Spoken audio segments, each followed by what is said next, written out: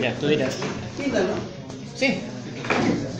Oye, pero... No te cae el eco. ¿Ah? Ya, dale. ¿Pero dónde lo estás transmitiendo?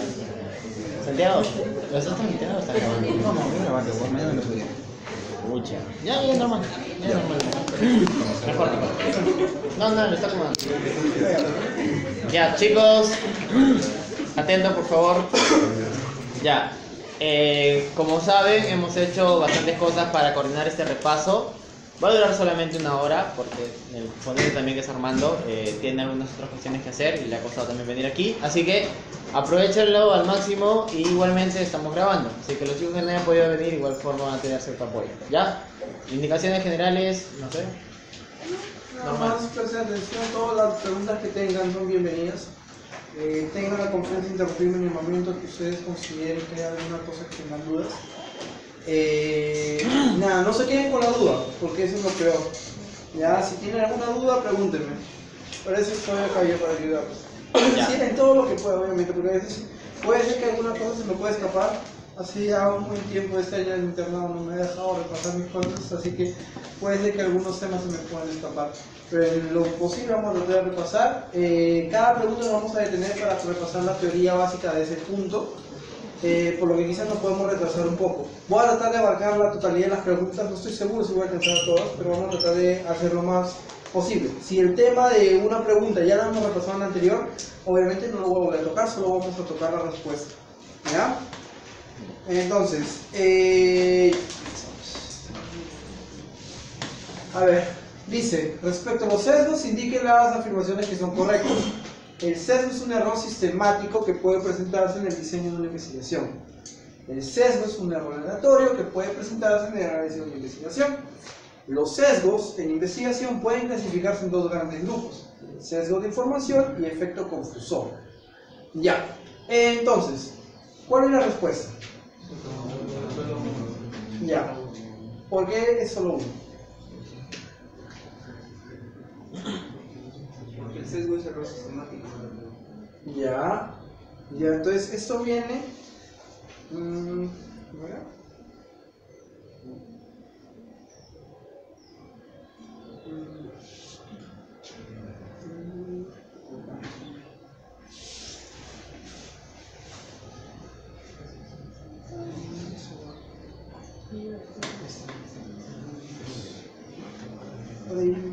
Eso se acabó esto.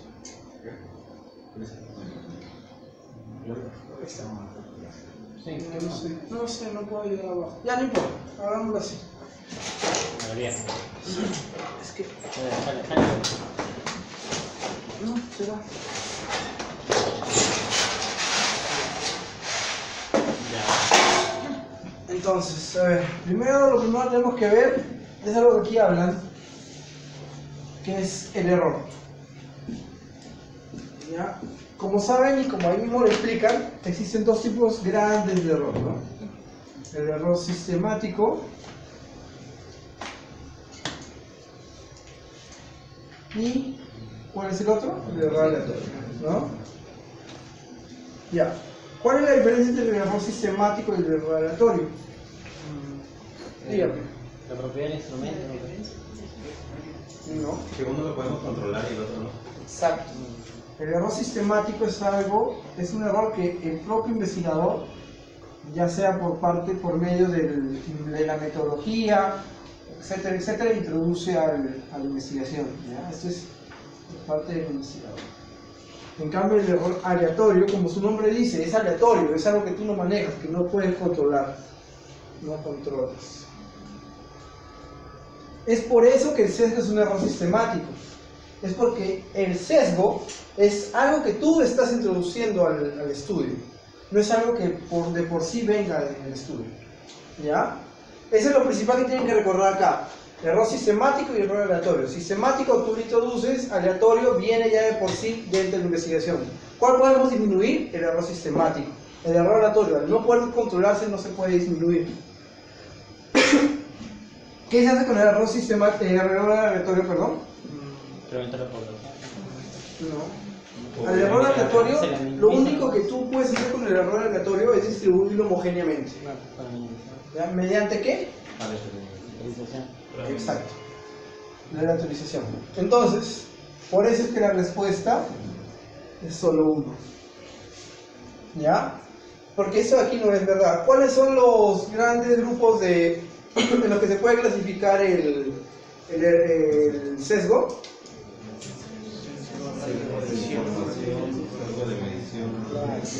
Sesgo de medición, hay varios, ¿ya? Medición, sesgo de cera, son muchos, ahorita no recuerdo todos. Sesgo de selección, sesgo de medición, y cada uno de ellos se controla de una cierta manera, que tal vez ya lo trataremos más adelante. Entonces, ¿hasta aquí hay alguna duda? Recuerden, en este punto lo principal, lo importante es reconocer la diferencia entre sesgo error aleatorio y error sistemático. ¿En qué, ¿me podría decir en qué parte del proceso específicamente es donde influye más, por decir, un sesgo aleatorio del proceso de investigación? El error aleatorio, tú no lo puedes controlar, está desde el inicio, tú no lo manejas. ¿Y en el caso del sistemático? El sistemático, ¿en qué parte lo controlas? En el diseño, como dice. En el diseño, sobre todo, bueno, lo que es la metodología, ahí tú al estructurar adecuadamente tu investigación, estás controlando el error sistemático, y en parte dentro del error sistemático al sesgo. Ya, enunciado 2, correlación a ambas columnas. Ahí está. Aquí hablamos de varios tipos de sesgo. Ya. ¿Cuál sería la distribución correcta? A ver. Sesgo de memoria, ¿qué tipo de sesgo es? Autorreporte. No realizar enmascaramiento. ¿Qué es eso? Primero, ¿qué es enmascaramiento? Depende de qué tipo de enmascaramiento. ¿Ya? ¿Qué tipo de enmascaramiento hay? Perdón. ¿Ya? Que sea tanto para el investigador como para el ciego, el doble ciego y el triple ciego, ¿no? ¿Qué es el ciego? El ciego que ¿a quién le está sepultando? A los que aplican la intervención, a los que hacen la medición. Paciente. No. O al expuesto. El doble ciego, El que aplica ya al paciente. el que aplica al paciente. Y el triple ciego Al indicador. es a estos dos más el que analiza los datos. Este es el ciego, doble ciego y triple ciego. Ya. Entonces, dice no realizar enmascaramiento, ¿qué sería? ¿Sería un sesgo? No, es una medición errada en todo caso, ¿no? No sé. Vamos a ver, igual como de nuevo le digo, esto tenemos que revisarlo bien porque estos son conceptos un poquito diferentes. No sería muy de acuerdo con que sea una de estas tres, pero vamos a tratar de ajustarlo en ese lado. Vamos a ver si sale bien. Calibración deficiente. ¿Qué es la calibración deficiente? Medición errada. No, es un error de instrumento. Y esta última, deshabilidad social.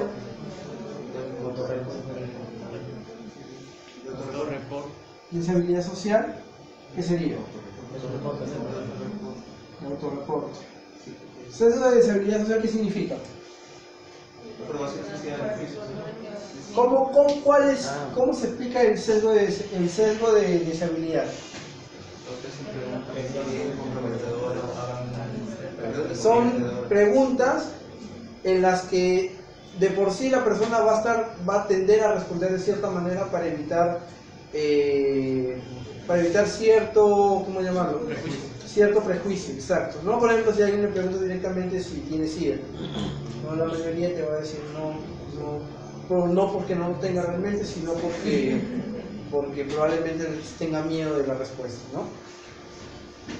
Ya. Esto sí no sé cómo están aquí las claves porque están en orden, no están en orden acá. Armando, disculpa, el segundo puede ser sesgo de confirmación, sobre todo porque habían puesto que sesgo de confirmación se refería al hecho de que una persona puede favorecer cierto tipo de información si es que ya viene con algo que él supone. Entonces, si la información que encuentra favorece su posición, entonces la va a llevar hacia ese lado. Sí. Entonces, por ahí puede ir. Puede ir por ese lado. En realidad el enmascaramiento específicamente per se no es un sesgo. Recordemos, es una manera de controlar, como tú dices, ¿no? que la intención del investigador afecte al análisis de los resultados. Por eso es que en realidad no estoy muy de acuerdo con que esté dentro de esto de acá, pero sí puede ser 3. Igual, lo que yo veo aquí es que no tiene una correlación de esto con esto, ¿no? No se relaciona específicamente porque no veo, o sea, no veo uno de acá, no hay 4 como para ponerlo 1, 2, 3, 4. O sea, si vemos aquí 1, 3, 2, 1, es esta, ¿no? Sería la A. Pero no, bueno, el tipo de pregunta no estoy tan familiarizado con ello. Y creo que esa es la respuesta. Sí, es la respuesta que mandaron. Entonces, por ese lado tendría que ser. ¿Este tipo de preguntas repite mucho el autor? No. Ese es el único. De sesgo, de ahí sí. Pero y ese tema de preferido es el siempre pregunta por Ya. Después pregunta para que se de sesgo. Entonces, pero sesgo es un tema importante, eso sí. Sesgo como. Sesgo es un tema muy importante, pero ese enmascaramiento no está muy relacionado con sesgo. Pero esa, la manera en que lo has observado es una manera correcta de verlo. ¿Ya? Entonces pasemos a la siguiente. Ya, otra vez esto. Creo que esta es la evaluación del capítulo sesgo, ya saben. Sobre el sesgo de autorreporte podemos afirmar: se presenta en estudios observacionales, más no en los experimentales. ¿Esto es verdadero o falso? ¿Por qué?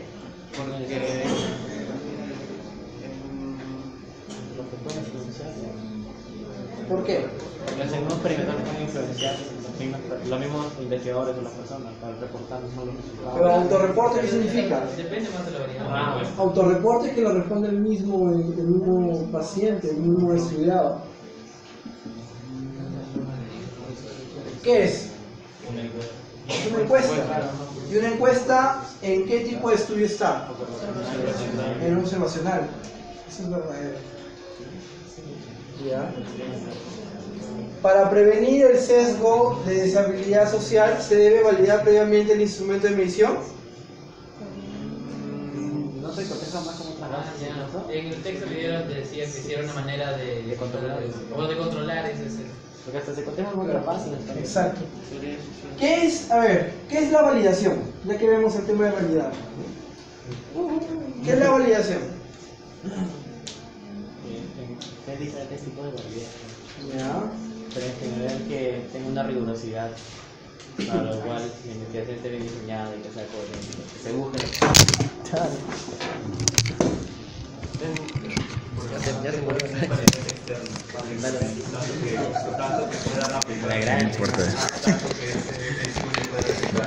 Ya, validación, hay una manera de verlo, ¿no? Si tú hablas de validación, puedes hablar de validez externa, validación interna, validación externa. Otra manera de ver el concepto validación es cuando hablas de validar instrumentos. ¿Ya? Que mide lo que tiene que medir. En los instrumentos tienen 3 niveles de validación. ¿Cuáles son los niveles de validación? Lo de traducción, adaptación cultural y validación, ¿eso? O lo de fiabilidad y Sí. Hay varias maneras de clasificarlo, ¿ya? Validez de son los constructo. triples. Perfecto, ya está bien. Validez de constructo, validez de contenido, muy bien. Entonces, hay varias formas de validar, de ver acá, pero el concepto es el mismo, ¿no? Una validación de instrumento es la forma en que tú puedes asegurarte de que tu instrumento mide lo que tiene que medir en el contexto en el que lo vas a medir. ¿Ya? Es una exposición del instrumento al contexto en que tú lo vas a usar. ¿Ya? Y eso tiene que ver más con la validación interna, ¿no? Porque ¿qué es la validación externa? Aplicabilidad, generalización, pues. Que se puede aplicar a la población en general, ¿no? O sea, que se puede extrapolar. Para prevenir el sesgo de deshabilidad social se debe validar previamente el instrumento de medición verdadero. ¿Por qué? ¿Por qué? Porque tú te das cuenta que hay diferentes maneras de hacer la misma pregunta. Por ejemplo, regresando a la pregunta del VIH.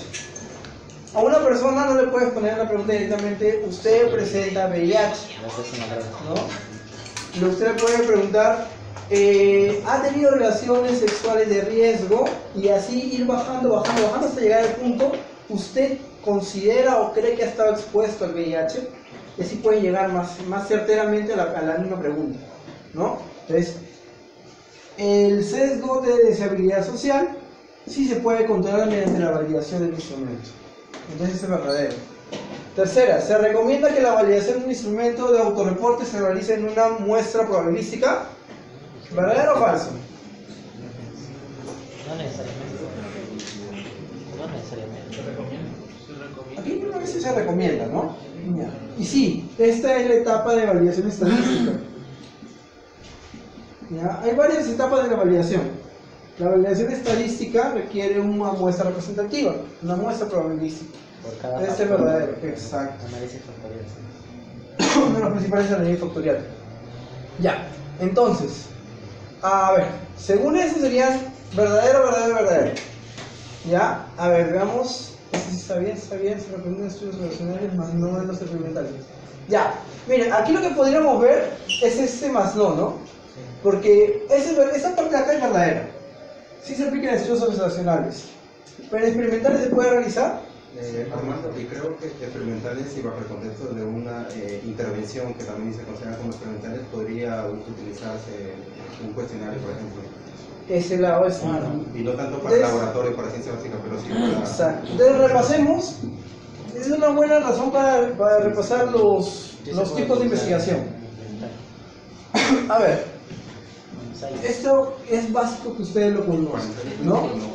Los estudios, la clasificación de estudios, existen muchas clasificaciones, ¿ya? La que más utiliza y la que el doctor Gutiérrez prefiere es la clasificación que hizo de la universidad, ¿no? Que es la que hizo el doctor Alarcón hace años, ¿ya? Pero solo clasifica, la del doctor Alarcón solo te lo clasifica los estudios cuantitativos, los cuales no los clasifica, ¿ya? Recuerden eso. Es solo para cuantitativos. Entonces, ¿cuál es la primera gran división que hace el doctor Alarcón? Observacionales, experimentales. Primero observacionales y experimentales, ¿no? Es la primera gran clasificación. Dentro de los observacionales, ¿qué dividen? Transversales. No. Descriptivos y analíticos. Descriptivos y Descriptivos y analíticos. Dentro de los descriptivos, ¿cuáles considera el doctor? Primero, Ecológicos. transversales, y por aquí están los ecológicos también. Por aquí, ecológicos es lo mismo, ¿ya? Por aquí son los estudios de casos. Estudio de casos. Aquí estoy incluyendo a los unitarios y a las series, ¿no? Una serie de casos. Los ecológicos y los transversales. ¿Por qué el transversal lo pongo acá? Porque el transversal no puede ser analítico. Ya hice el analítico más básico. Luego siguen los longitudinales. ¿Ya? Y aquí ya bueno, dentro de los longitudinales, perdón. Dentro de los longitudinales que encontramos los casos y controles y las cohortes. ¿Ya? Ahora vamos a los experimentales. Aquí hay una observación o una objeción a los... ¿Cómo se llama? Hay una objeción o algo que se puede referir a lo que hizo el doctor al inicio, ¿no? Él habla de cuasi experimentales, pseudo experimentales, si no me equivoco, y experimentales verdaderos, ¿no? Bueno, la comunidad científica actualmente considera que todos son experimentales. Se ahorra todo ese pedazo acá. Pero digamos que eso es lo que más o menos le van a preguntar a ustedes, así que es bueno que lo sepan. ¿Y por qué los ordeno de esta manera? Porque hacia acá, entre más cerca de este lado esté, es la mayor validez que tienen los resultados. ¿Ya? Son más rigurosos. ¿Ya? ¿Qué más? Bueno, obviamente entre más hacia este lado esté, es más probable que sea más costoso, porque presentan un mayor, como la rigurosidad siempre cuesta a veces. Hacia este lado son los estudios más costosos también. ¿Ya? Entonces un pequeño repaso a los modelos o tipos de investigación que hay. ¿Ya? De nuevo, este tipo de clasificación es la basada en la que hizo el doctor Alarcón hace algunos años. Existen millones de otras clasificaciones. ¿Ya? Hay una que es un árbol inmenso, que es muy chévere, pero que ya te rompe la cabeza porque habla de estudios anidados, estudios avanzados, ya, es todo un mundo adentro. Pero existen miles de tipos de estudios y estos solo son unos cuantos representativos. ¿Ya? Entonces, ¿por qué dice todo ese chamullo? Ya, para esto. ¿Ya? Porque hablan de observacionales y hablan de experimentales. Entonces, si hablamos de experimentales, como dijiste, no solo hablamos de los experimentales verdaderos, ¿no? Los pseudo experimentales y los cuasi experimentales también están acá. Y estos sí pueden utilizar instrumentos como ellos. Entonces, por ese punto tiene razón. Entonces, por ese lado, este más no sería falso. ¿Cuál sería la clave? ¿Ya? Entonces serían solo 2 y 3. ¿Ya? Pero entiéndase que si nos basamos, eso es basándonos en la clasificación que aplicó el doctor Alarcón, porque en una clasificación diferente en la que hablan de experimentales como un solo grupo, eso sería verdadero. ¿Listo? Exacto. ¿Ya? Entonces, ¿aquí hay alguna duda?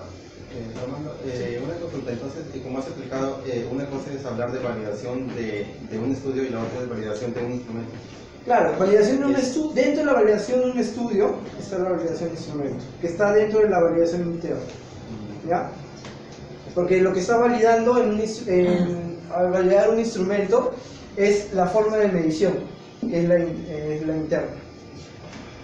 El otro es más validez. ¿Ah? El otro es más validez. Claro, el otro es validez, ¿no? Otro es validación y validez. Sí, sí. Es que es lo mismo al final. O sea, me refiero al mismo concepto. Los dos lo que están haciendo es tratar de recolectar la información de manera más certera. Validación está más relacionada con validez interna, ¿ya? Y lo demás es validez externa, que es para extrapolar, ¿ya? Que es otra cosa. Aunque también tiene que ver con los instrumentos, porque ¿por qué un instrumento se valida para varios lugares? Es para que puedas utilizar el mismo instrumento en varios lugares y puedas compararlos. La comparabilidad le da validez externa, entonces también podría considerarse que la validez de un instrumento, la validación del instrumento aporta la validez externa del estudio. Yo creo que está relacionado con las dos. Perdón. El sesgo de memoria suele presentarse en estudios. Ya, ¿qué es el sesgo de memoria? Si yo, cuando estoy aquí, y le digo al señor, acuérdese hace 5 años cuando caminó por esa calle de Lima. ¿Qué pasó? Va a recordar, yo estaba caminando y ahí me caí. ¿Está totalmente seguro de eso? Probablemente no. Probablemente no recuerde el día exacto. Entonces, todas esas cosas va a causar un error en él. Un error que que el investigador no ha podido controlar en ese momento, pero que él está introduciendo al estudio. Este es un sesgo de memoria.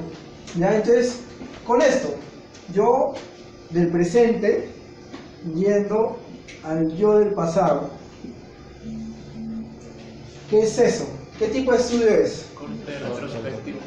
Estudio retrospectivo. Claro, de manera general es un estudio retrospectivo. ¿Ya? Entonces, ¿cuál de esos directamente ya podría hablar?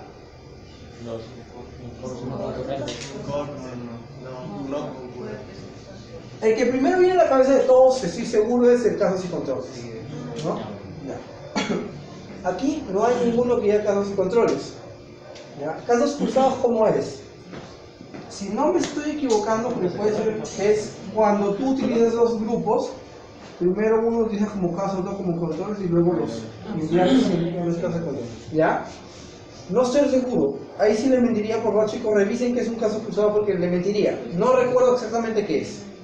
¿Ya? Revísenlo por si acaso. Si no me equivoco es esto. ¿Ya? Pero no estoy 100% seguro.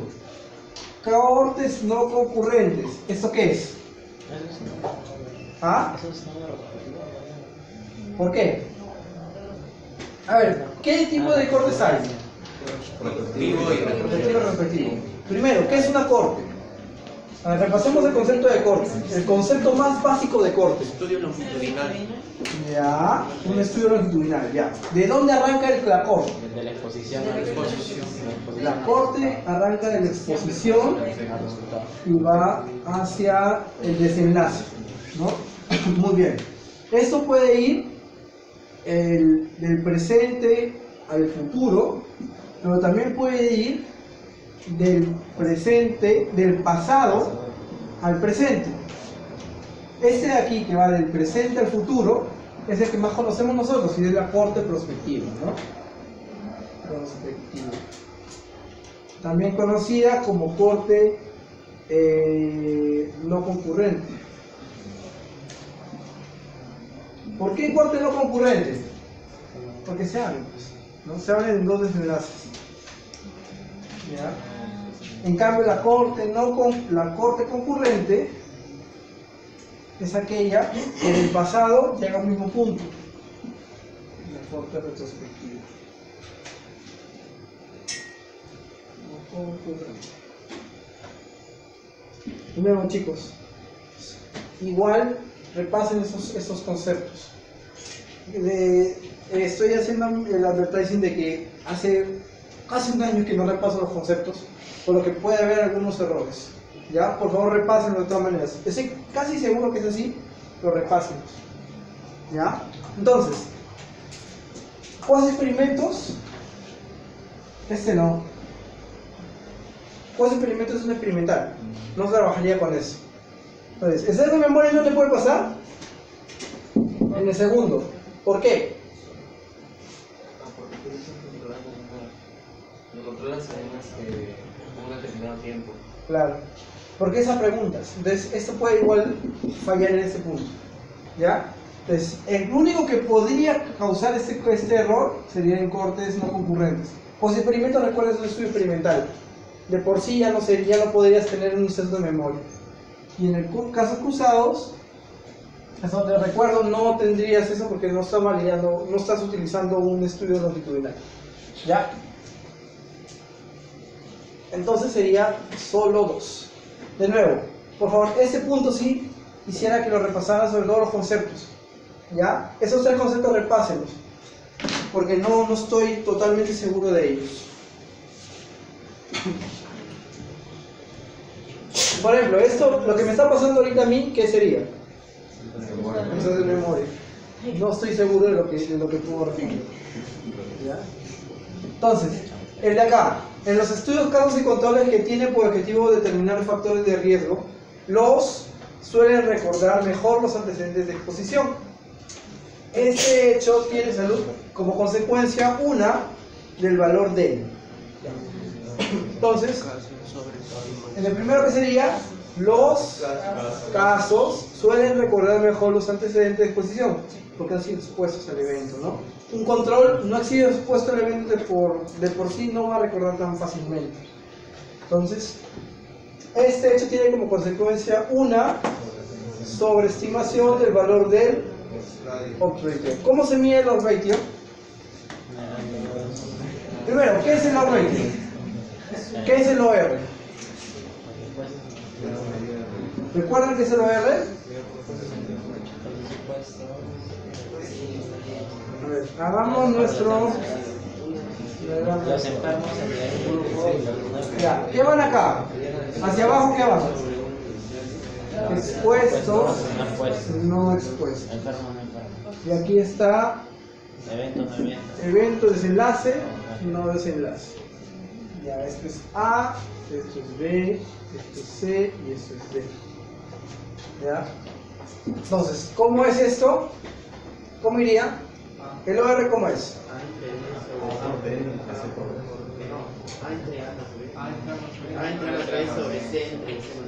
Ya. Levante la mano y dígame el que esté seguro de su respuesta.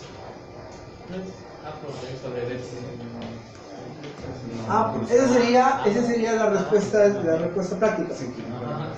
Pero la correcta, ¿cuál es? Porque recuerden que es una relación, ¿no? No es una relación. ¿Cómo sería?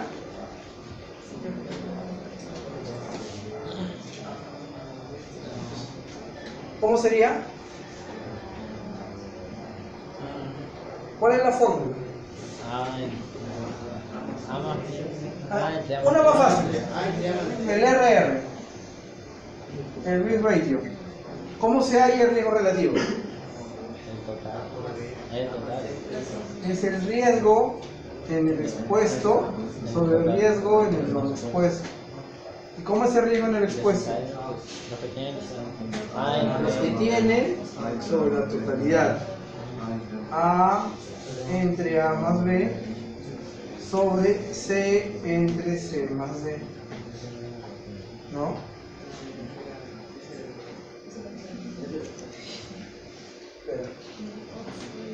Y el OR es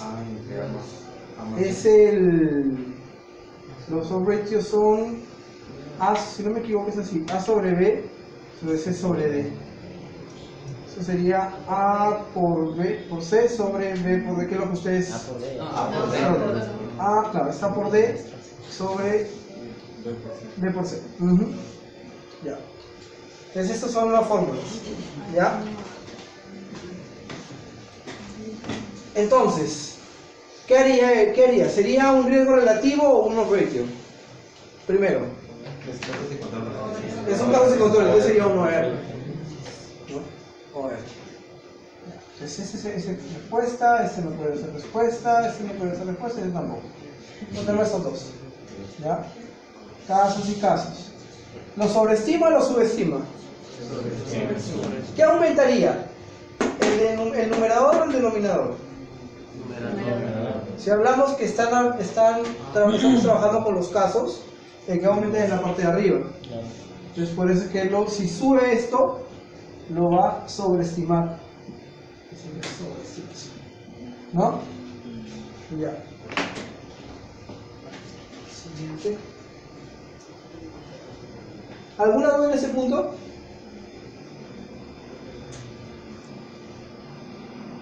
¿No? ¿Por qué no podría ser riesgo relativo? ¿Perdón? ¿Por qué no podría ser riesgo relativo? Ah, ya. ¿Por qué? Por el tipo de estudio. ¿Qué tipo de estudio está principalmente asociado al riesgo relativo? Las cortes. ¿Por qué? Por los factores, la exposición. ¿Cómo trabaja la corte? La exposición ¿Con por qué, factores. con qué variable? Con incidencia. ¿Ya? Ojo, el loss ratio no trabaja con la prevalencia, porque muchos creen que el riesgo relativo trabaja con incidencia y el loss ratio con prevalencias. ¿Quién trabaja con prevalencias? ¿Qué tipo de indicador? No. Razón de prevalencia. Razón de prevalencia, exacto. La razón de prevalencia trabaja con la prevalencia. ¿Y en qué estudios se utiliza? Generalmente transversal. Un transversal analítico trabaja con RP. Que no le gusta. No le gusta, ¿no? Porque es bien complicado de poder interpretar. Pero lo correcto sería siempre en un transversal trabajar con RP, ¿no? Recuerden, casos y controles, OR, cortes, RR y transversales analíticos, RP. ¿En una corte puedo usar uno por encontrar OR? Sí. ¿En una corte puedo ordenar un RP? También. ¿En un transversal puedo utilizar un OR? Sí lo utilizan, pero no. Se puede utilizar. Se puede. Se prefiere RP, pero se puede utilizar OR. Es por eso, como el OR se puede utilizar en las tres, es uno de los indicadores más utilizados. En investigación casi todos utilizan OR, que está mal porque cada uno tiene su propio indicador establecido, ¿no? Pero es lo que más se utiliza. Respecto a las mediciones cerradas, es correcto afirmar. ¿El aumento del tamaño de muestra corrige este sesgo? ¿Corrige el sesgo? No, No lo aumenta, no. Porque ¿qué corrige el aumento del tamaño de muestra?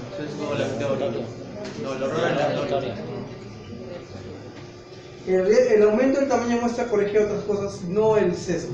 El sesgo no se puede corregir, ningún tipo de sesgo puede corregirse con el tamaño de muestra. ¿Ya?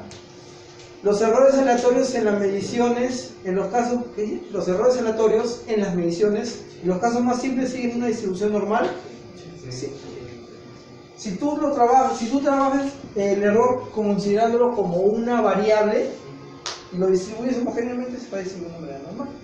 Es como una variable cualquiera. La aproximación a variables instrumentales se ha descrito como alternativa a la corrección de errores aleatorios en las mediciones. A ver de nuevo. La aproximación a variables instrumentales. Ya, las dummies. Esto de acá, variables instrumentales son conocidas como dummies, ¿ya? En algunos lugares van a encontrar dummies o dummies, ¿ya? Ese son variables que se crean para una tarea, por eso le llaman variables instrumentales. Por ejemplo, si tú quieres analizar una variable que es, por ejemplo, ¿cuál sería? Ya, por ejemplo, tipo de carro, ¿ya? Por ejemplo. Y tienes el carro A, el carro B y el carro C. Esta es una variable politómica, ¿no? Pero tú quieres trabajarlo como una dicotómica. Por ejemplo, para trabajarla como en una regresión logística. La regresión logística, tu resultado tiene que ser dicotómico, si no, no funciona. Entonces, ¿cómo lo estás haciendo? Simplemente creas variables dummy. La variable dummy 1 sería A y no A. No, este no A abarcaría B y C. Tu variable dummy 2 sería B y no B. Y tu variable dummy 3 sería C y no C. Estas son variables dummy, son variables instrumentales, o sea, son variables que no tienen sentido para tu investigación y que solo las estás creando para poder trabajar las variables. ¿Ya? Entonces, regresando a la pregunta. Te dice, la aproximación de variables instrumentales se ha descrito como una alternativa en la corrección de errores aleatorios. Nunca lo he leído. No he leído que esto se utilice como alternativa, porque más se utiliza para lo que yo les he dicho. Pero si lo analizamos, sería como una distribución del error. Podría decirse que sí. Ya sería como homogenizar, ¿ya? Considerándolo desde ese punto de vista, eso sería correcto. ¿Ya? De nuevo, el doctor ha levantado bastante el nivel de las preguntas, ¿sabes? Mis respetos. ¿Ya? No, el doctor Gutiérrez es el doctor que menos quiere jalar a la gente. Pero sí, él considera que es miedoso. No lo conoce, por eso habla. Está con miedo, todo siempre que no lo conoce. Gutiérrez te cambia la vida. El doctor Gutiérrez cambia vidas, así que... ya chicos, no. En realidad, eso se puede considerar como verdadero, ¿ya? Entonces aquí, ¿qué sería la respuesta? 2 y 3. Igual, esta pregunta, dudo mucho que la pregunta sí venga en el examen. ¿Ya? No dudo por qué. Porque esta pregunta es que no es muy aplicativa. ¿Ya? A menos que en las lecturas que les haya entregado hable sobre el verdad. Sí. ¿Está? Sí. Ah, ya fueron. Es importante. Tienen lecturas ustedes de eso, entonces si tienen lecturas, el doctor Gutiérrez va a querer que les lean. Pero es verdad, les está ayudando bastante, ¿eh? Porque con estos conceptos ustedes pueden desarrollar tesis mucho más complejas. Esto muchos chicos no pueden trabajar, ¿qué van a saber que es una variable dummy? Entonces, No, chicos, o sea, pero me refiero a chicos de quinto año, sexto año que no han llevado tesis, antes se llevaba bastante mal, pero entonces este es un nivel muy bueno, de verdad, esas cosas son conceptos muy buenos para ustedes. Sesgo de tipo psicológico, en el cual se toma una decisión según los prejuicios, creencias, ya, qué tibia, le hemos conversado todo el tiempo de desigualdad social, ¿no? Entonces, esa pregunta es, por ejemplo, esa pregunta es directa, ¿no? Aquí no hay duda de la respuesta.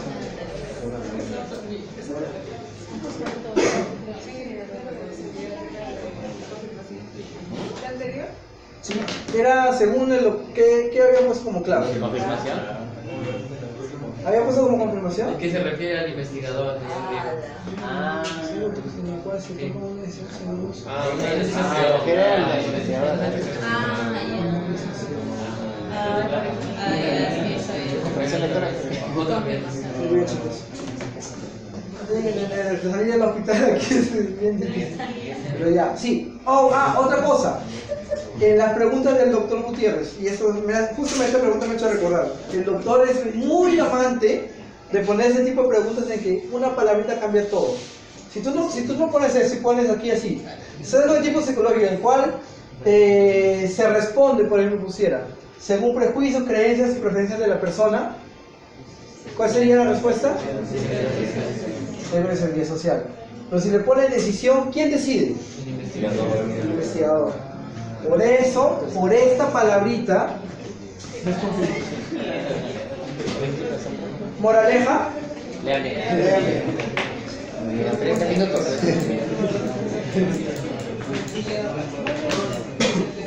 ¿Aquí ha quedado alguna duda? Tómense su tiempo con las preguntas, chicos, porque de verdad, ese tipo de preguntas. Son 30 minutos la 20 preguntas. Es virtual y es 30 minutos para las 20 preguntas. 30 preguntas para 20 No, 30 minutos minutos para. Sí, para 20 preguntas. No. 20 preguntas. Antes era. Antes era 30. Son 2 minutos por pregunta, pero eso no tiene. 1 minuto y 20 segundos. Estamos bien. Solo tienen que leer bien la pregunta. Pero estas oportunidades son muy grandes. Sí, métete en inglés. Vienen en inglés. Así. Solamente 2 veces ha pasado eso.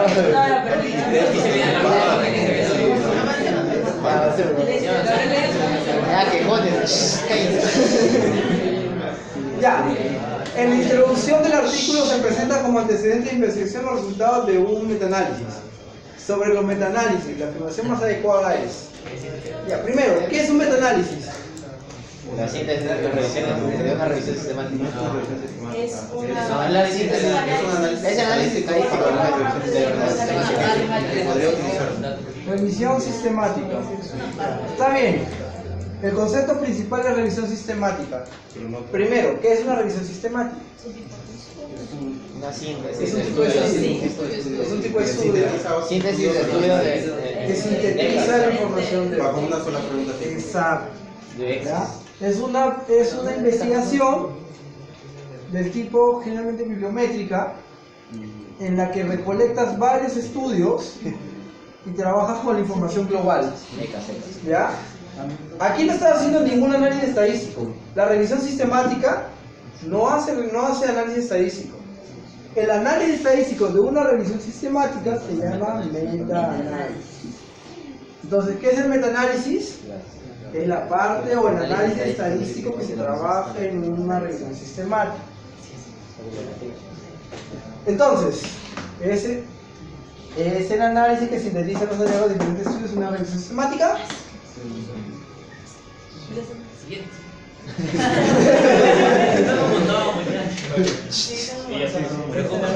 Claro, porque eso no es la respuesta.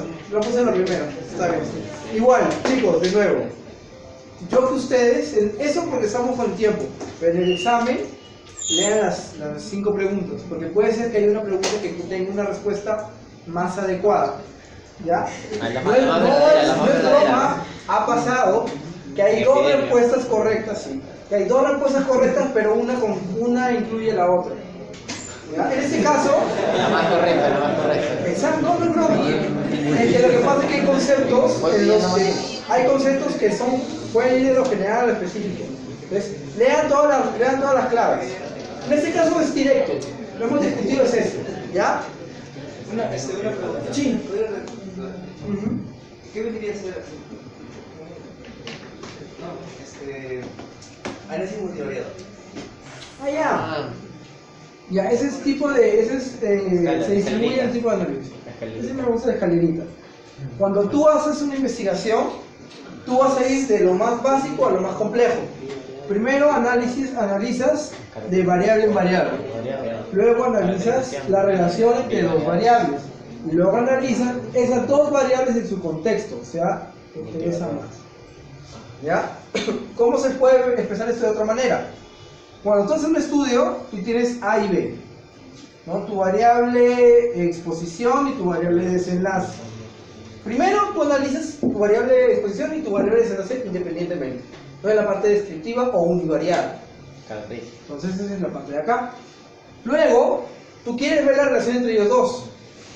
Analizas la relación. Dos variables. Análisis bivariado. Pero esto no es la realidad. En la realidad no hay relaciones aisladas del contexto. En el contexto hay muchas otras variables que influyen en estas. ¿Ya? Que son los confusores o intervinientes, que son otro tipo de variables. Este análisis es el análisis multivariado. ¿Ya? Claro, una es la regresión logística, ¿no? Ya las regresiones y todo tipo de análisis GLM que son un poquito más avanzados van de ese lado. Pero esta es la explicación más básica de cómo son estas cosas. ¿Ya? A ver, en la introducción del artículo los autores formulan sus hipótesis de investigación. A partir de estas hipótesis podemos afirmar que una variable independiente en esta investigación es, mientras que una variable dependiente es. Es una de las horas de uso de computadora y aumento de velocidad.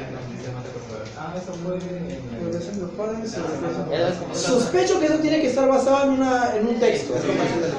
¿Ya? ¿Por qué? Porque A y B son dos variables. En un estudio, A puede ser la dependiente y B la independiente. Y en otro estudio puede ser eso al revés. ¿Ya? Entonces, esto tiene que ir acompañado de un texto. No va a ir gratis solita esta pregunta. ¿Ya? Pues aquí yo no podría responderlo porque no conozco el texto. ¿Ya? Pero sí tienen que entender que la variable, ¿cuál es la diferencia entre una variable dependiente y una variable independiente? ¿Cuál sería?